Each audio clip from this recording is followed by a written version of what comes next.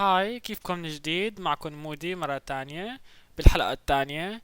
اليوم حابب احكي عن تقبل المجتمع للمثلية الجنسية. هلا كتير من المثليين جنسيا انه كله بيقول انه المجتمع ما بيتقبل مثليتنا.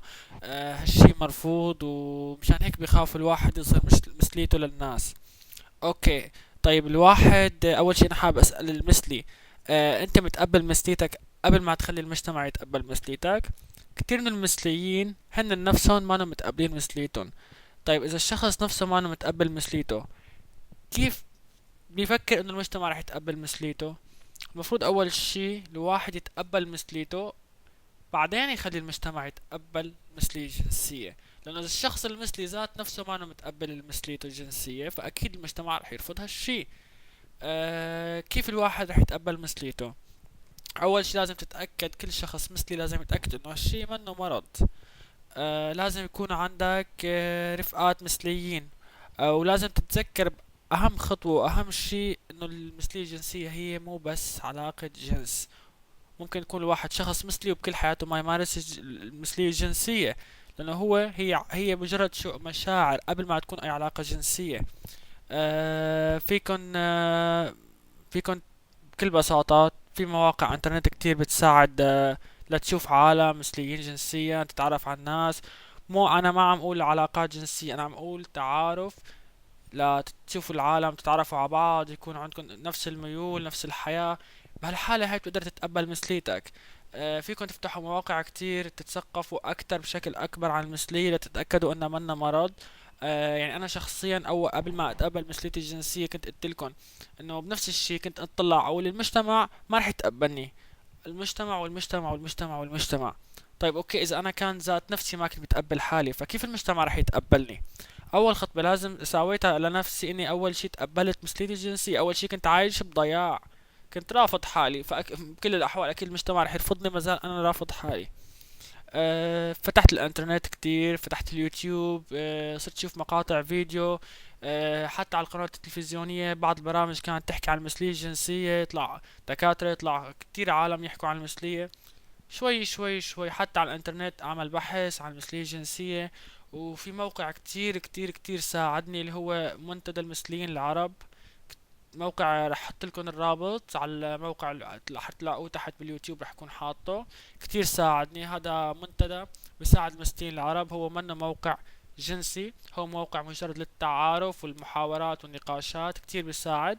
انا عن طريق هذا الموقع قدرت اتقبل حالي، تشجعت، شفت كتير ناس مثليين، كل واحد بيحكي عن حاله، كل واحد بيحكي عن قصصه، مشاكله، حياته، المجتمع، كذا. فقدرت اني اتقبل مثليتي بشكل اكبر.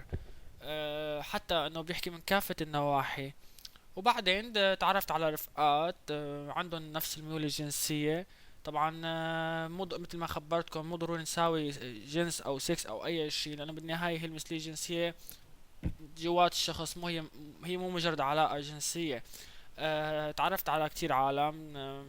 آه، تقريبا انه شفت العالم كيف متقبلين حالهم، فانه صارت عندي ثقة بالنفس، انه خلص انه اوكي كل الحواجز انكسرت قدامي. عرفت هالشي منه مرض، عرفت هالشي انه حتى انه شي طبيعي. ما انه شي مختلف عن الناس. بمجرد ما اني تقبلت مثليتي الجنسية، تغيرت كل حياتي، انه صرت اثق بحالي، صار عندي ما عاد اخجل من هالشي بالمرة، بالعكس.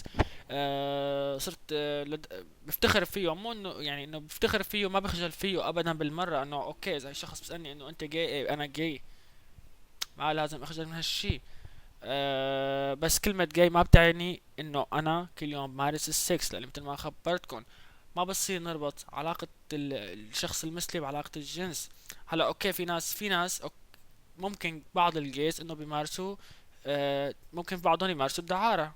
اوكي، كمان الغيريين بيمارسوا الدعارة. هالشي موجود وين ما كان بغض النظر مثلي غيري. هذا الشي موجود وين ما كان بأي مجتمع حتى. فالدعارة موجودة وين ما كان، مو بس بالمثلية الجنسية، موجودة بالغيرية قبل ما تكون بالمثلية. حت هذا شيء طبيعي. هاي بالنسبة لتقبل النفس. فالواحد لما يتقبل حاله أول شيء بتتغير حياته. بصير عنده ثقة بالنفس. من هالنقطة لما كل واحد يتقبل حاله فينا، فأكيد نوصل لمرحلة إنه ممكن المجتمع يتقبلنا. لانه لما تكون انت رايح مثلا لما تحكي لشخص انه انا مثلي، اذا انت نفسك مو واثق من حالك، مو واثق وخجلان بحالك، طب اكيد كيف رح تثبت شخصيتك قدام الشخص التاني؟